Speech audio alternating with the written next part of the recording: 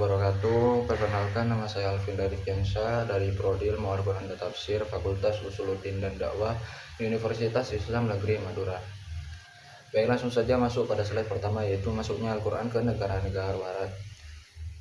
Pada slide ini kita membahas bagaimana awal mula Al-Quran dikenal di dunia Barat. Proses ini dimulai sejak masa kejayaan Andalusia di Spanyol, ketika interaksi antara umat Islam dan orang-orang Eropa berlangsung cukup intens, terutama dalam bidang budaya dan ilmu pengetahuan. Salah satu titik pentingnya adalah penaklukan kota Toledo pada tahun 1085 Masehi.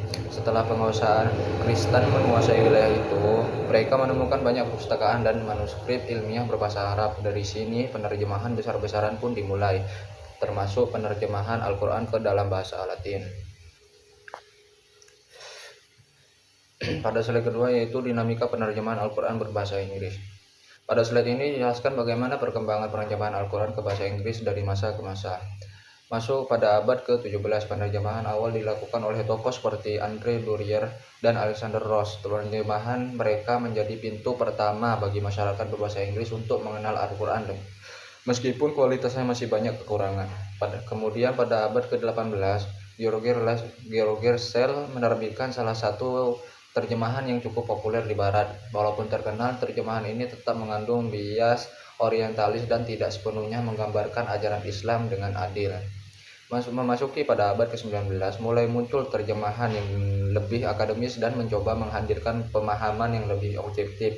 Dan akhirnya pada abad ke-20, penerjemahan Al-Quran semakin berkembang secara ilmiah di berbagai perguruan tinggi Barat. Pada tahap ini, pendekatan penerjemahan menjadi jauh lebih mendalam dan profesional.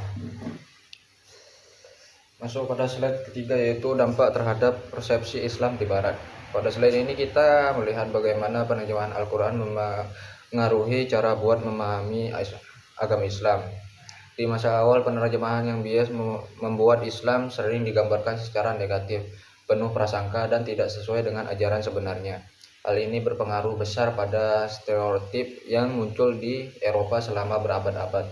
Namun seiring berkembangnya ilmu pengetahuan dan pendekatan akademis yang lebih objektif, penerjemahan modern justru menjadi jembatan dialog antar agama. Al-Quran mulai dipelajari bukan untuk menyerang, melainkan untuk memahami. Dengan adanya terjemahan yang lebih baik, masyarakat Barat akhirnya bisa melihat Islam secara lebih rasional, humanis, dan proporsional. Ini membantu mengurangi kesalahpahaman, membuka pintu untuk komunikasi yang lebih damai antara peradaban.